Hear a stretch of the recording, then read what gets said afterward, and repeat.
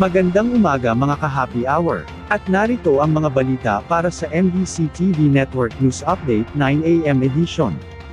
Allison Shipping Lines, pinakakasuhan sa marina, overloading, sanhi umano ng paglubog ng barko.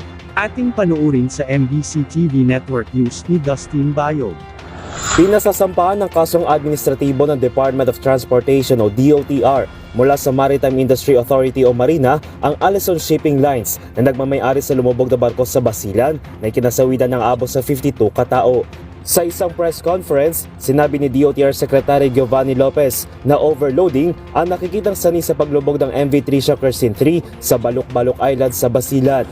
Lumabas din po sa investigation na hindi dumaan ang mga rolling cargos tulad ng mga truck at motorsiklo sa waiting bridge doon sa Pantalan. Ibig sabihin, hindi po natimbang ito, wala tayong actual weight. Kundi ang meron lang tayo ay informal estimation. Bukod sa mabigat na karga ng barko, lumalabas din daw sa inisyal na investigasyon ang poor seamanship sa mga tripulante na magsimulang pasukin ng tubig ang barko.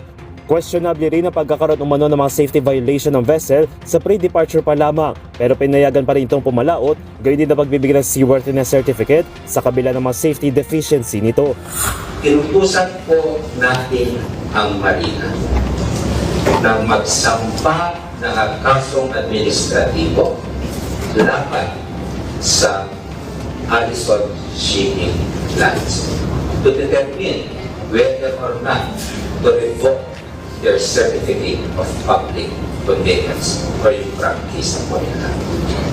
Kasama po din dito ang pagsasampa ng kasong administratibo laban sa mga tripulante ng MV Tricia Crescent 3. Kaugnay niya, pinasususpendin na rin ng DOTR ang ilang regional officers ng Marina at ng Philippine Coast Guard sa Region 9 habang ilan ay sinibak na sa pwesto na maharap din lahat sa kasong administratibo. Dagdag ni Lopez, kung mapatutunayan sa pagdinig na mayroong mabigat na kapabayaan ng mga ito, ay handa sila magsampa ng kasong kriminal. The justice must be served swiftly. Ito po ay magiging unang hakbang pa lamang po para makamit ng justisya ng ating mga kababayan naging biktima sa trahedya. Samantalang umabot na sa 52 ang nasawi sa lumubog na MV Tricia Crescent 3 habang lagpas 300 ang nitalang nakaligtas habang hindi pa rin tiyak ang bilang ng mga nawawala. Para sa MBC TV Network News, ito si Dustin Bayog ng DZRH TV.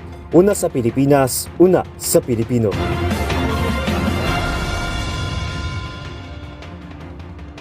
Samantala, sa Showbiz Spotted, veteran ang aktres Vanjie Labalan, pumanaw na.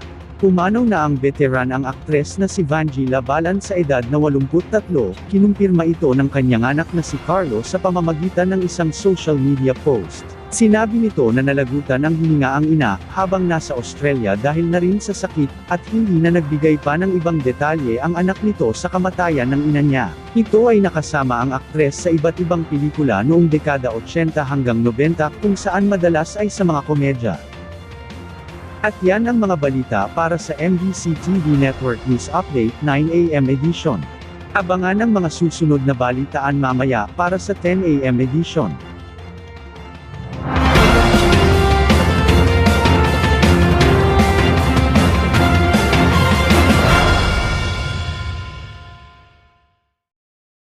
Mga ka-happy hour, kung gusto mong manood ang mga balita sa MBC TV Network News Update, mag-subscribe sa aming YouTube channel, i-like ang aming Facebook page, at i-follow sa aming TikTok account.